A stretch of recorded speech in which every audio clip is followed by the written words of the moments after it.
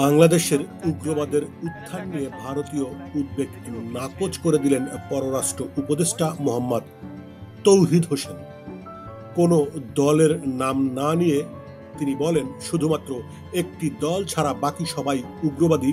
তাদের ভারতের এমন মনোভাবের পরিবর্তনটা খুবই জরুরি। উপদেষ্টা ভারতের রাজনৈতিক নেতৃত্বে আওয়ামী লীগ প্রীতির প্রতি ইঙ্গিত করেন। বুধবার সন্ধ্যায় পররাষ্ট্র মন্ত্রণালয়ের উপস্থিত সাংবাদিকদের সঙ্গে আলাপে তিনি এসব বিষয়ে কথা বলেন।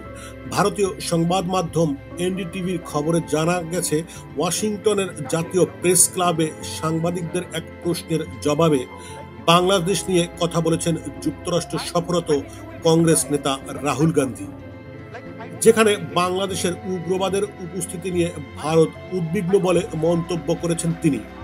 এ বিষয়ে পররাষ্ট্র উপদেষ্টার দৃষ্টি আকর্ষণ করেন এক সাংবাদিক।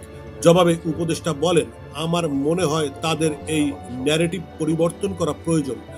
বাংলাদেশে একটি দল ছাড়া বাকি সবাই উগ্রবাদী, এ ধরনের একটা ন্যারেটিভ প্রচার করা হচ্ছে দেশটির মিডিয়াতে।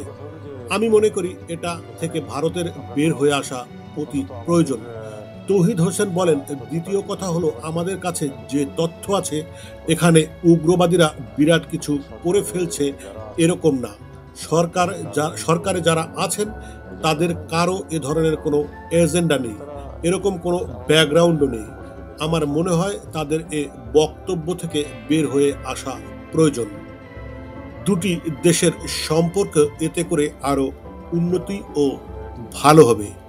শুধুমাত্র একটি দল ছাড়া বাকি সবাই উগ্রবাদী, এই ধরনের একটা ন্যারেটিভ প্রচার করার চেষ্টা হচ্ছে মিডিয়াতে। আমি মনে করি যে এটা থেকে ভারতের বের হয়ে আসা প্রয়োজন। আর দ্বিতীয় কথা হলো যে এখানে আমরা কোনো, অন্তত আমাদের যা তথ্য তার ভিত্তিতে দেখতে পাচ্ছি না যে এখানে বিরাট উগ্রবাদীরা কোনো কিছু করে ফেলছে। যে সরকারে যারা আছেন তাদের কারোই তো এই ধরনের কোনো এজেন্ডাও নাই, এরকম কোনো ব্যাকগ্রাউন্ডও নেই। কাজে তাদের আমার মনে হয় তাদের মুক্তি টিভি নিউজ ডেস্ক।